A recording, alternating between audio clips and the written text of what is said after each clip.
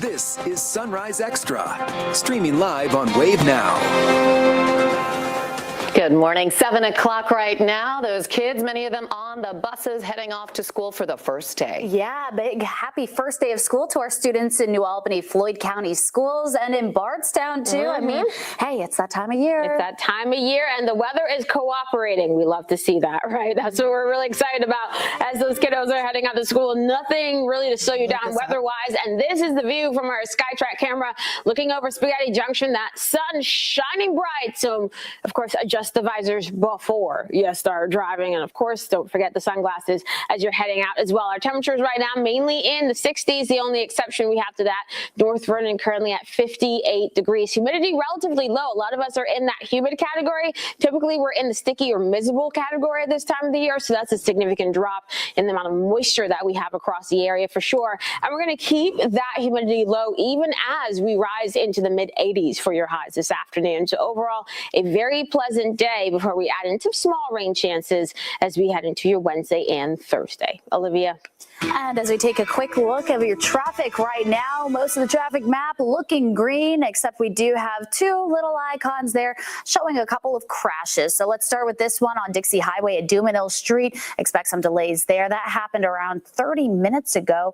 Then in the Bon Air neighborhood, we have a report of a crash on Hikes Lane at Green Meadows Drive. So also expect some delays there. But for our students heading back to school in Indiana traffic cameras showing things are all clear this morning. But for the drivers out there, just be aware of the buses. And it is a big day for lots of kids across our area. 5 school districts starting the new school year this morning. That includes New Albany, Floyd County, Crothersville Community, Crawford County, Borden, Henryville, and Bardstown City schools. And New Albany schools, they are heading back. They will get there at 7:30 this morning. JCPS students go back to class this Thursday. Maybe you've seen a lot of school buses on the streets around Louisville. 700 JCPS bus drivers have been doing some test runs of the 640 routes to make certain that they're good to go. This year, the district also has some new technology on board. This is called My Ride K through 12. This is a parent communication app. It allows students, parents, guardians to view bus locations and estimated arrival times using real-time GPS tracking. So the tablet has a GPS system, and it also picks up how many students you have. So we can see who's getting on and off of our bus, and it'll take you exactly where you need to go on your route. He's a driver trainer. He also says the technology will help drivers avoid wrecks or road closures.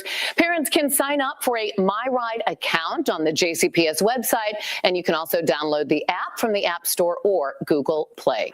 If you have any questions about your child's bus stops, you can call the district's bus stop hotline. That number is 485-RIDE. Today it's open from 9 a.m. to 5 p.m. Tomorrow from 7 to 6. And then for Thursday, the first day of school, they're going to open up extra early at 6 a.m. and stay open until 7 p.m. And that'll be the case through Wednesday, August 12th. The hotline is not open on weekends. JCPS teachers are also getting ready to welcome students back. One of the biggest challenges teachers are facing today is technology use and how it can impact learning. The principal at Indian Trail Elementary says this year he wants to limit Chromebook usage and go back to the basics. We're just seeing a slide in reading and math, and we want to make sure that we are also building up that social skills with our teachers and our students. A lot of times they hide behind a screen on Facebook, on TikTok, on whatever, Instagram, whatever it is, and they're losing that, that face-to-face interaction. He says they're still figuring out how the reduction will work in terms of how many hours students will be using devices. Today, JCPS Superintendent Dr. Brian Yearwood and several district leaders will give an update on final preparations for the first day of school and the upcoming school year. That's happening this morning at 9:30 at the Van Hoos Education Center. We'll bring you the updates on what leaders say here on Wave News and on our website, wave3.com. And Wave News has everything you need to know before heading back to school over on wave3.com and on the free Wave News app. It has start dates, tips to save money if you still need to do some last-minute back-to-school shopping, and so much more. A Louisville woman accused of trying to kidnap a little girl is expected to go before a judge today after she refused to go to court yesterday. Officials say Chara Lewis wouldn't cooperate with corrections officers, so her hearing was rescheduled to this morning.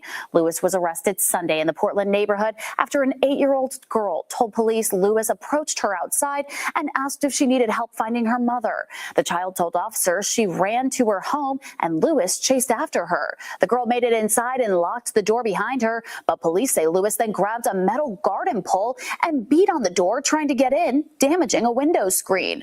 Court documents say Lewis claimed to believe the child did not belong to the victim's mother and that she was trying to take her to save her. She's charged with attempted kidnapping of a minor and attempted burglary. A man already convicted in the Harvest Homecoming shooting is sentenced to more time in prison after tacking on a perjury conviction. Demarius Person was convicted in connection to the shooting that killed 18-year-old Bryce Gerlach in 2024. In July, he was charged with perjury after prosecutors say he lied on the witness stand. Yesterday, he apologized to the court, the prosecutor, and the victim's family. Prosecutor Chris Lane talked with us about the case after the hearing. Now, we were blessed. The information came in, the evidence came in, and we got a guilty verdict. But ultimately, that's what we stand on. We expect the truth to be told. No matter what allegiances you might have, if you make an agreement to tell the truth, we expect you to tell the truth. If you don't tell the truth and we can prove it, we'll do that. That's what we want to do today. We want to send a message that if you are on the stand, you are required to tell the truth. The judge accepted the plea as presented in the agreement, and he told Person he's lucky this could have gone to a murder trial. He also told him he needs to figure it out, or the system will for him. Jeffersonville City Council passed a swift blow to new data center development. The council halted development for new data centers for 1 year with a vote of 8-0. While the city administration initially proposed a 6-month pause, Councilmember Jackie Snelling suggested the council move that to a full year. This pushes the expiration to mid-2027. Leaders say this gives them time to do research and investigate what they need ahead of the next legislative session.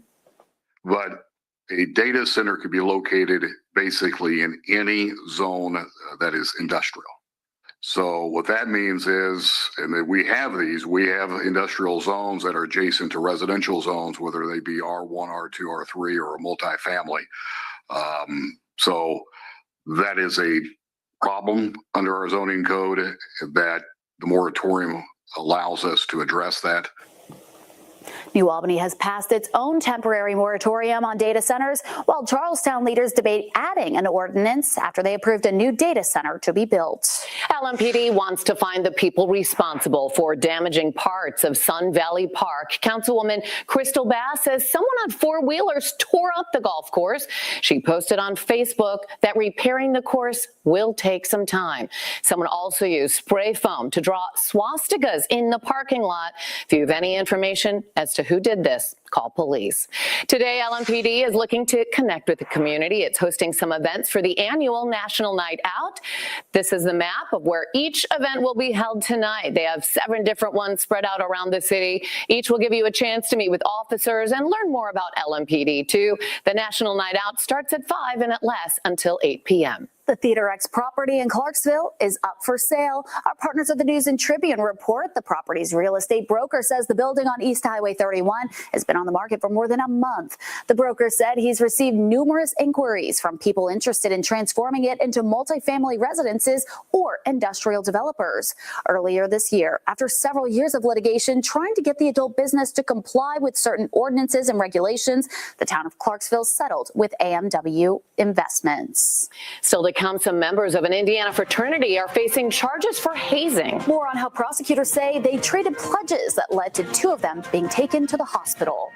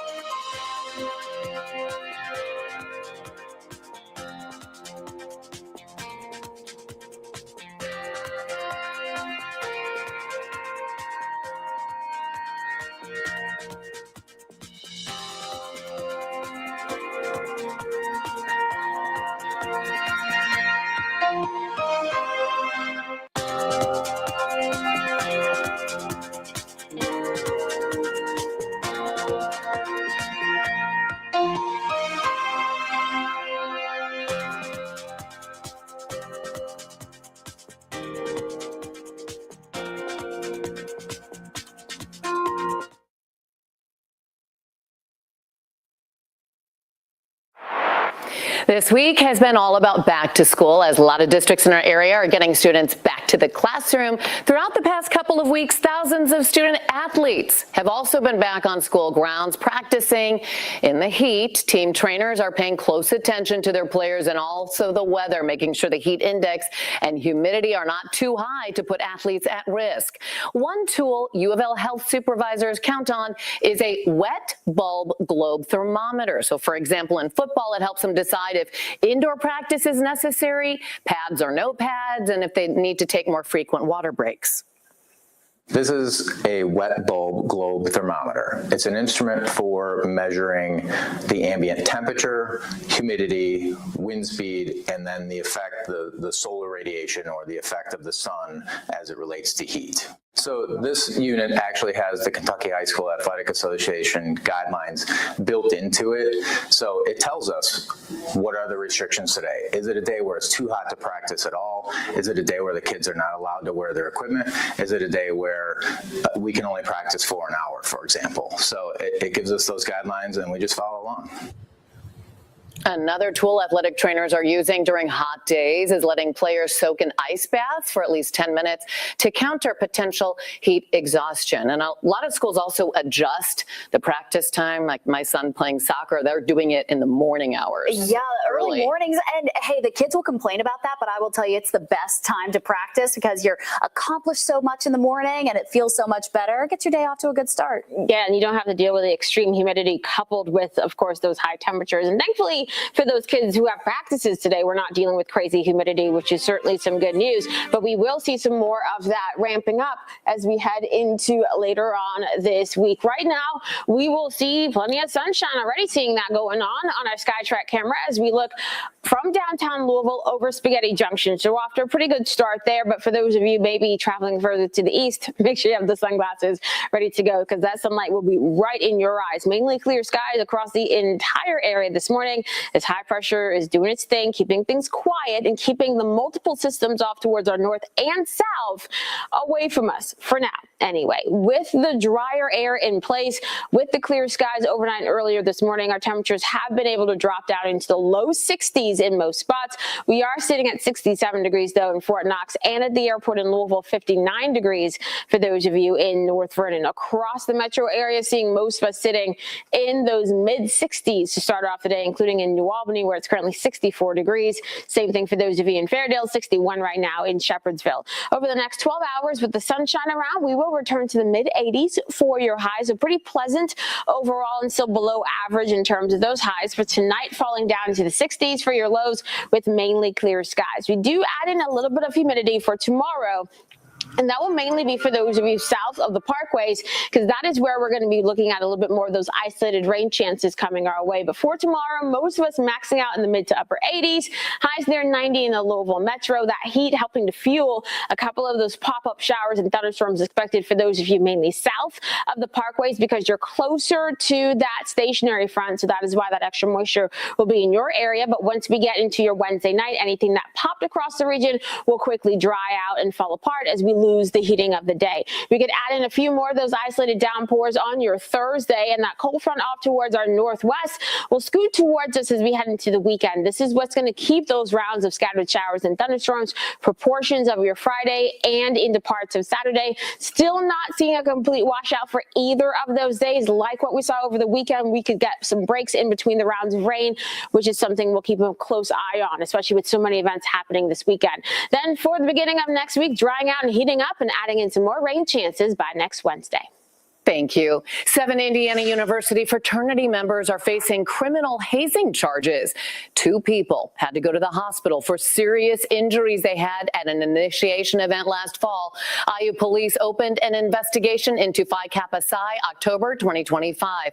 Prosecutors have charged Casey Clark, Logan Conforti, Ryan Donahue, Noah Kucera, Joseph Moon, Captain Noes, and Arjun Patel, all 20 years old, with felony hazing. Patel also faces an obstruction of justice charge. According to court documents, the pledges were lined up in a room with no furniture and a metal trough containing ice water, and they were ordered to do extreme exercises for 3 hours.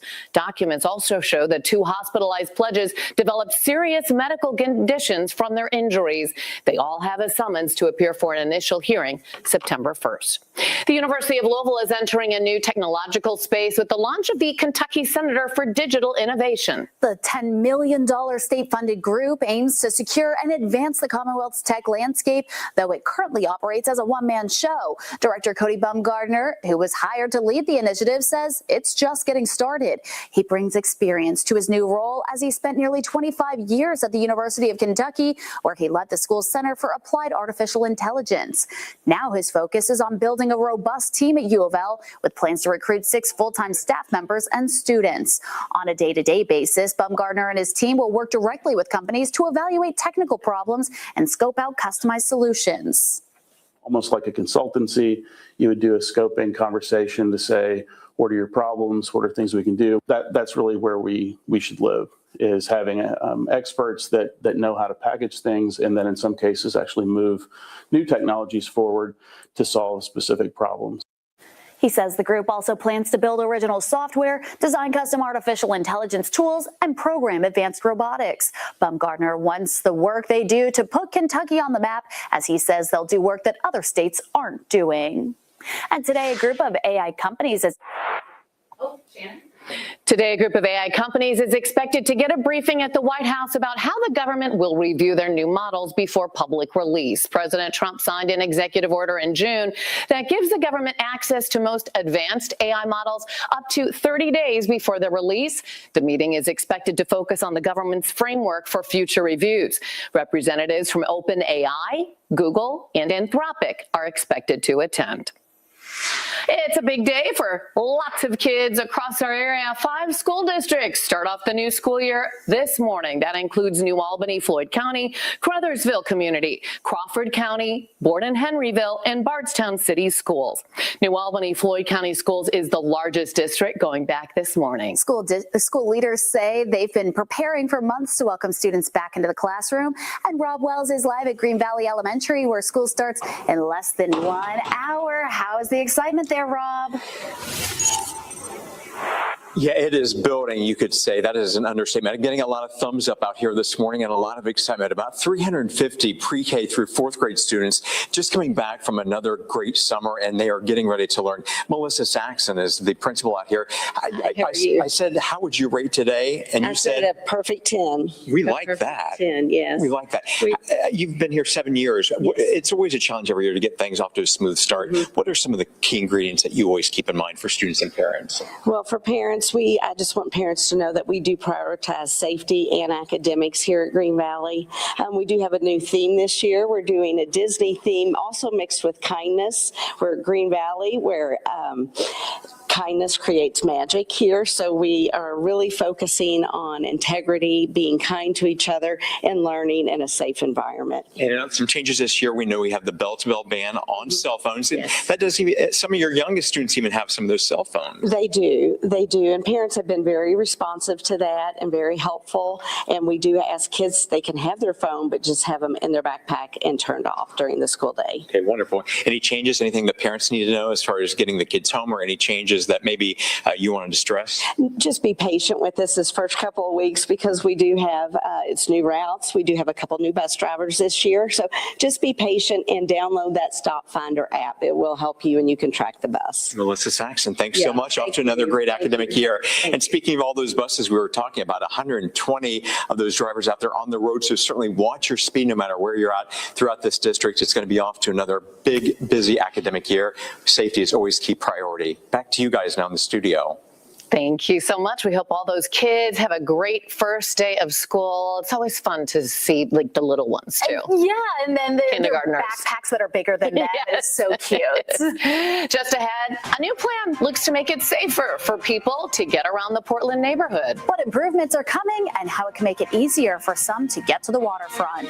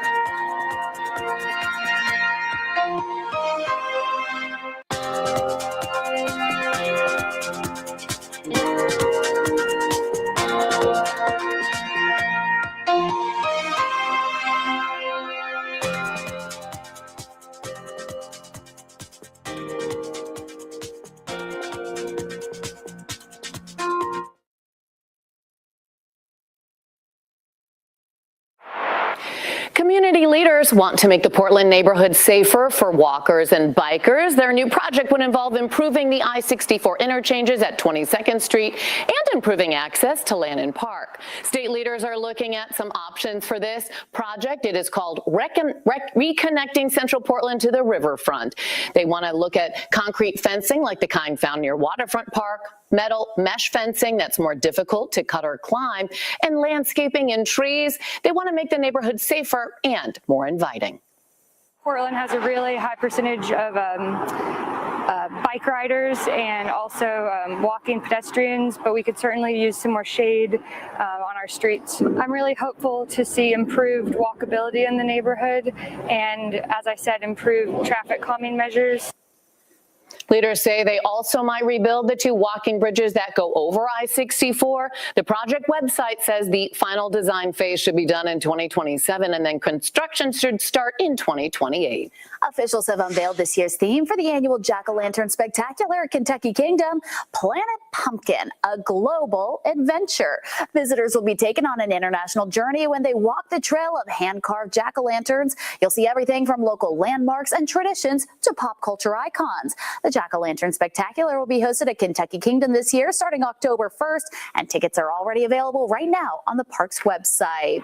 And we just got the date for pumpkin spice lattes. This year, the PSL, in addition to the rest of the Starbucks fall menu, arrives in coffee houses on Tuesday, August 25th. Mark your calendars. Starbucks said it's bringing back an expanded lineup of new pumpkin spice drinks this fall, so sign me up. Pumpkin cream cold brew. I will see you on August 25th. I just don't get the obsession. It should be a year-round flavor. It is not just seasonal, and I will stand firm on that. We'll be right back. Just can't get it.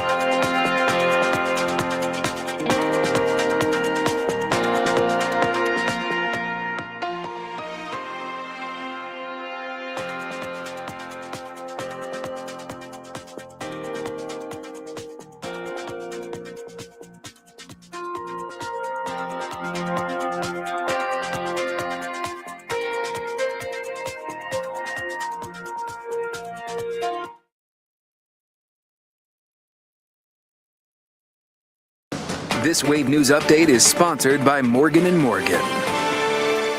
Good morning, I'm Shannon Kogan. It's the first day of school for New Albany Floyd County Schools. 11,000 students are heading back to class today, so buses are already out there.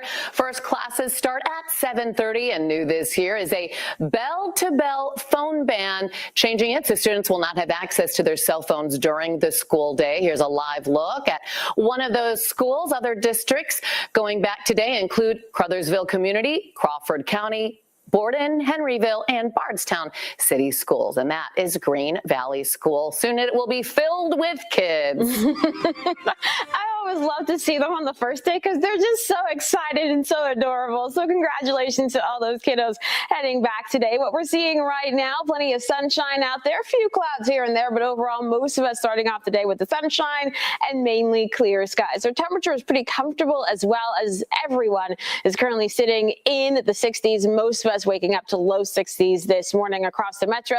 Temperatures range from 64 degrees for those of you in New Albany to 66 in Douglas Hills, 61 right now in Shepherdsville. We'll end up in the 80s for highs this afternoon. Most of us seeing mid 80s for later on today. In the metro, we can get some upper 80s coming our way as humidity remains relatively low. And certainly good news that I have for you this morning. The crashes that we were watching earlier today have been cleared off the map. Still seeing some slower speeds on 64 and 265 in portions of Floyd County, but with extra people on the roads because of school starting, that's not a surprise there. So things are rolling pretty good across the region to start off the day. As we look ahead to the next 10 days, what we're going to be dealing with, a little bit more of that warmth for your Wednesday and Thursday, adding in some small rain chances for both of those days as well before we see rain chances really going up towards Friday and Saturday. But as of right now, even those chances look pretty scattered.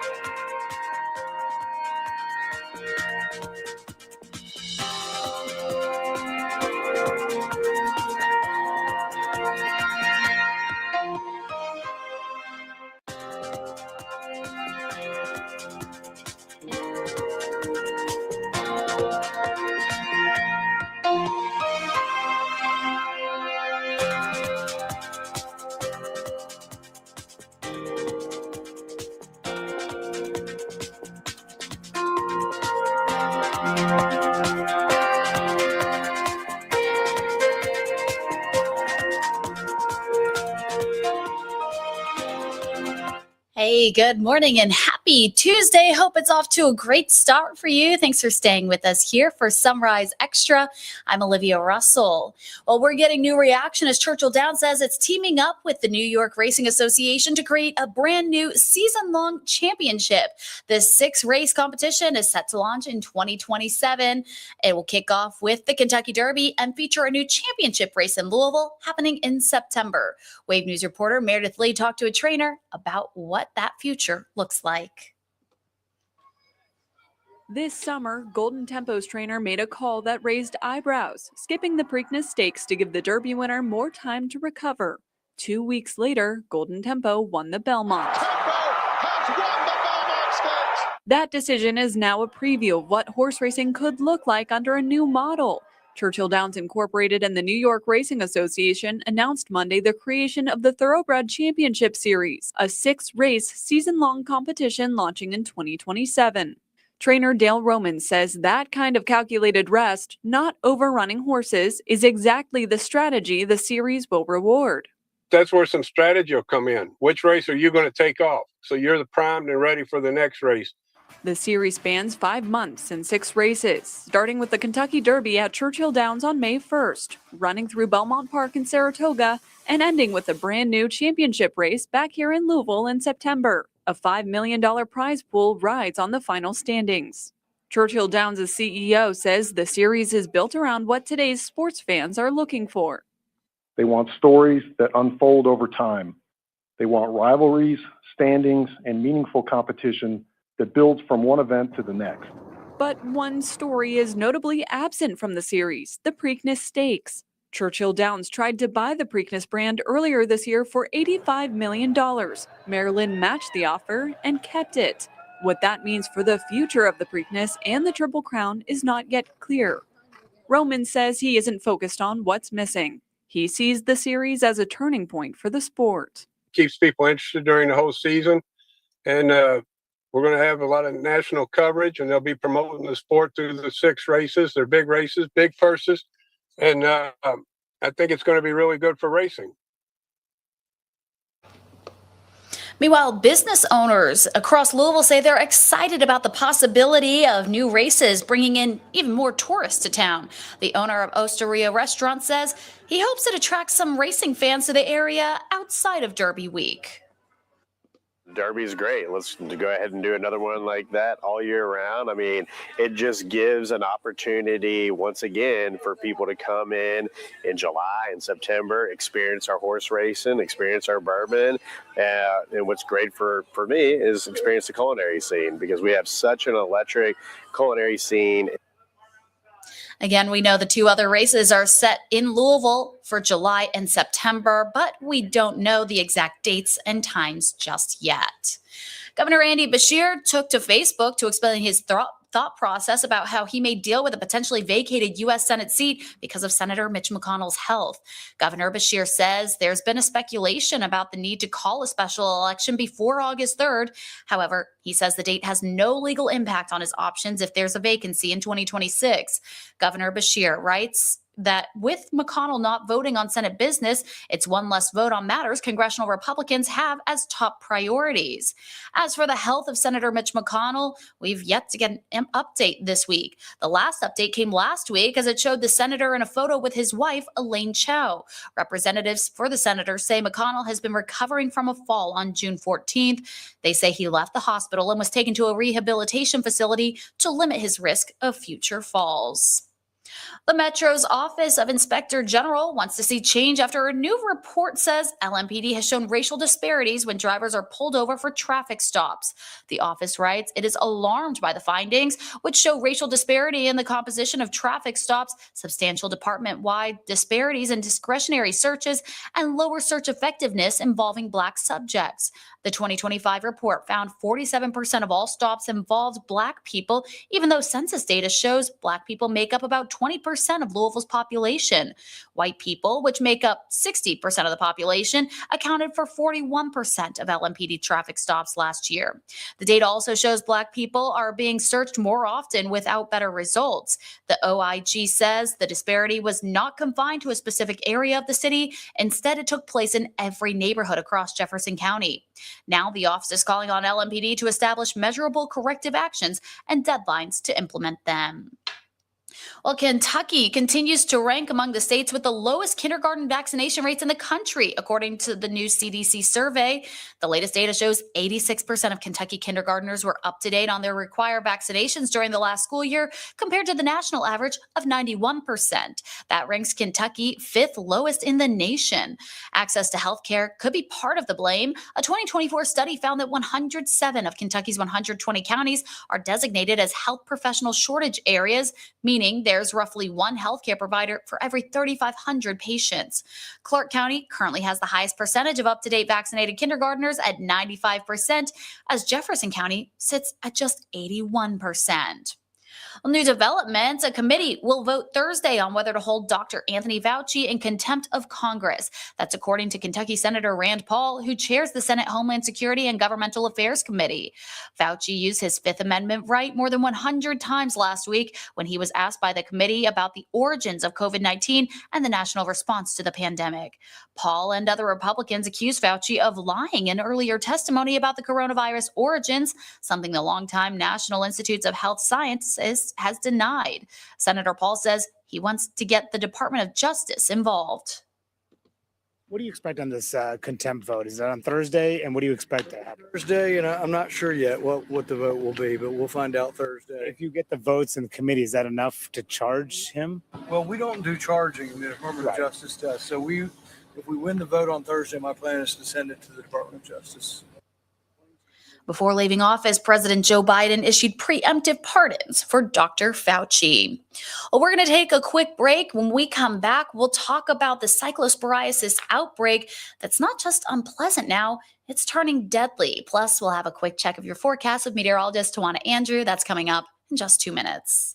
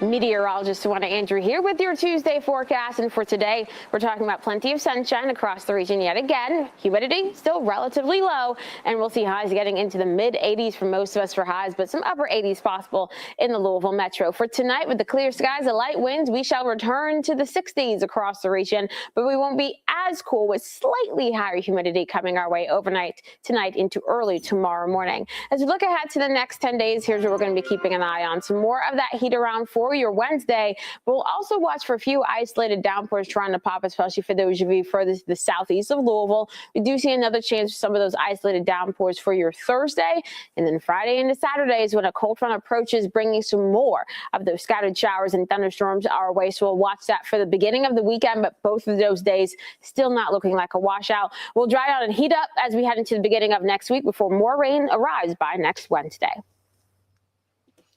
Well, we've learned 2 people in Michigan who got cyclosporiasis have died. They're the first deaths connected to the nationwide outbreak. Michigan health leaders say the 2 patients had significant underlying health conditions.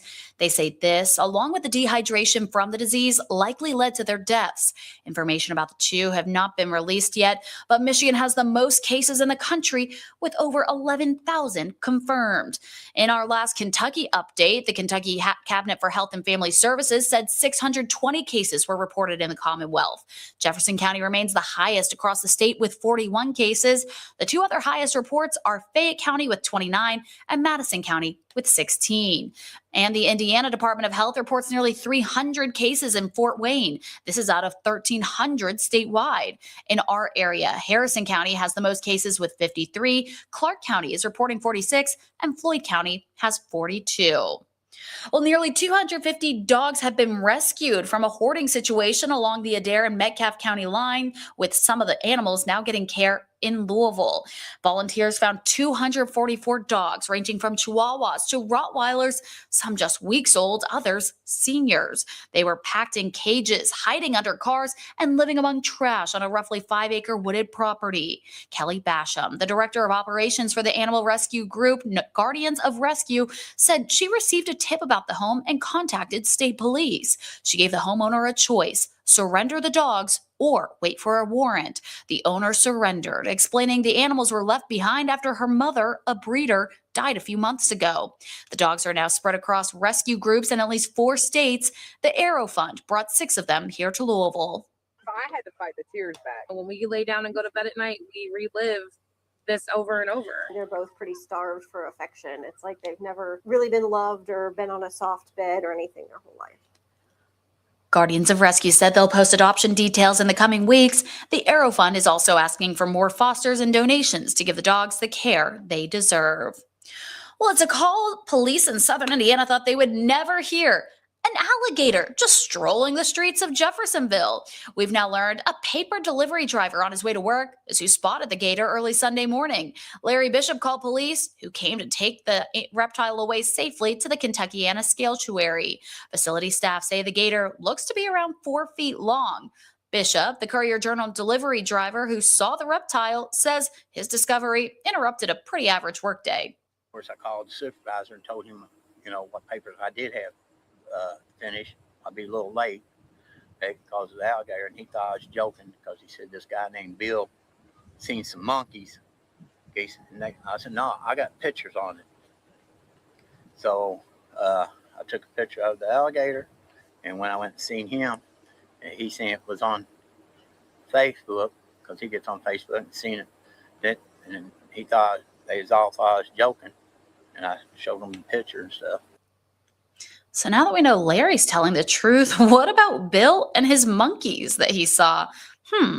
Well, this isn't the only recent southern Indiana alligator sighting, as one was spotted in Clarksville in November of 2025 when someone left it in an abandoned apartment. We're still waiting to find out how the gator got loose, but thankfully no one was hurt. It just kind of turned out to be a funny story, but kind of a scary sighting there, something you definitely don't expect in southern Indiana. Well, new graduates and first-time job seekers are entering an increasingly competitive job market today. Knowing what to do and what not to do can make all the difference. Wave News anchor Dawn G had a chance to talk to a career advisor and coach who shared some practical advice on preparing for that job and learning how to stand out to get the job and make ends meet. In this market, we've been dealing with a new world. We're dealing with the advent of the applicant tracking system, with artificial intelligence. We're in a low hire market. That means the world's a little more competitive. Jamie Johnson is a career advisor for the University of Phoenix. As new graduates and those making career changes enter an increasingly competitive job market, knowing what to do and what not to do can make a difference. You want to research, you want to target, and you want to connect. Research suggests showing interest in the company, and maybe that will increase their interest in you. You need to find out what the company is seeking and what they need to meet for their needs. Target. That cookie cutter resume just won't cut it in today's business world. Set yourself up with a schedule so that you are planning how to apply and target, because it takes time to write a resume for each job. Connect. That famous proverb still rings true, maybe more today than ever before. It's not what you know, it's who you know, especially in a world where AI-driven software will decide if human eyes will ever see your resume to give you a chance to see someone for the job interview. Networking may give you a chance to hop out of that massive pile of resumes and onto a desk.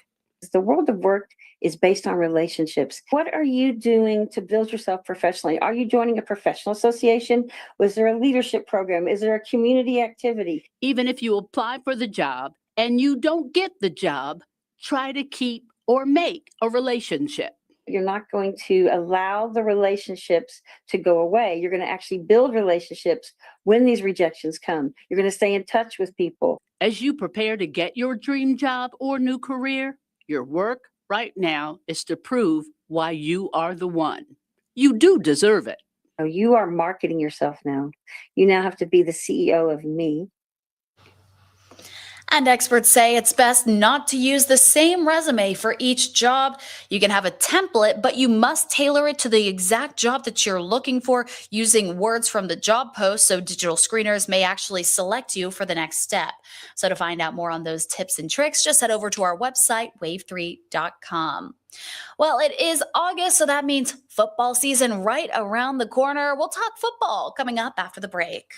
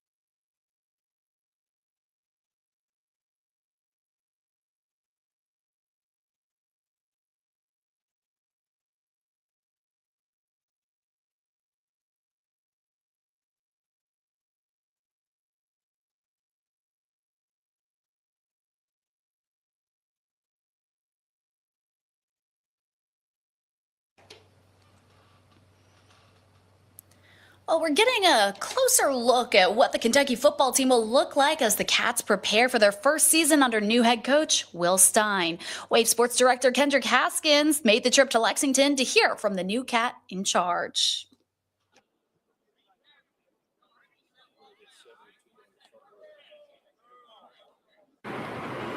With no disrespect to the former regime, it's a whole new vibe around UK football right now, thanks in large part to Will Stein, who brings a lot of high energy, a lot of confidence, and a lot of fun. When you land your dream job, you can't help but to smile from ear to ear, but as long as Will Stein has been a UK football fan, even he didn't realize how much BBN loves their Cats. Recently, that I was in Key West, and the guy behind the counter was giving me a rental car, was a Kentucky grad and was excited about Kentucky football, and then gave me a blue minivan to drive around the Keys. So that's what I think, not it's surprising, but it's just reassuring that I'm in the right spot. As for the players themselves, there's plenty of personality on this squad, like Texas transfer running back C.J. Baxter, who has horror movie characters tattooed on his arm, despite not liking the genre. So you don't like horror movies, and you got your mom on the same arm. How did all this come about? just doing stuff. My mom is literally terrified of Freddy Krueger, especially. She's terrified of him. Then there's Malachi Wood, who is a mountain of a man at 6'9", 329 pounds. You're a giant. I mean, how often do people amazed by just how big of a human being you are? Oh, all the time. If I go anywhere, it's always how tall are you? How tall are you? They put a brick on your head when they feed you. All that. Yeah. So I wanted to know who was the class clown on the team. Mikey's Humphrey Grace and Jaden Williams. If you want a good laugh, just go to them. Like they're troll kings. They'll just troll anybody, and it's just so funny. So I took Ty's advice, and I think they were trolling me, but I'm not sure. Them two. And I can't emphasize that enough. Oh my goodness. Why is that? Yeah. Look at him. Look at him. Hey, man, we just, camaraderie with the guys. We like to laugh and we have a good time. Hey, y'all love trolling. Trolling? Nah, I just be camaraderie. No, He might have trolled you just now. It's all good. No troll. The Cats open fall camp this week, all leading up to their season debut on September 5th against Youngstown State, right here at Kroger Field. With the Cats at UK Media Day, Kendrick Haskins, Bay Sports. And we'll get the chance to hear from the Cardinals on their U of L football day on Thursday. So very excited to hear what they have to say and already looking ahead to football season. But hey, speaking of football season, we actually just wrapped up a different kind of football season. After winning the championship in their first season, some Louisville Kings players will be representing the team in the upcoming NFL season. So defensive tackle Travis Bell was the latest player to sign with the team as he'll spend the season with the Cleveland Browns. He becomes the 7th member of the 2026 United Bowl champion Louisville Kings to earn an NFL contract. This season with the Kings, Bell started in all 10 regular season games, recording 32 tackles, 4 tackles for loss, 1 forced fumble, and a fumble recovery. So a big congratulations to him and can't wait to follow his career in the NFL. That's all the time we have here for Sunrise Extra. I hope you have a great day and we'll see you back here tomorrow.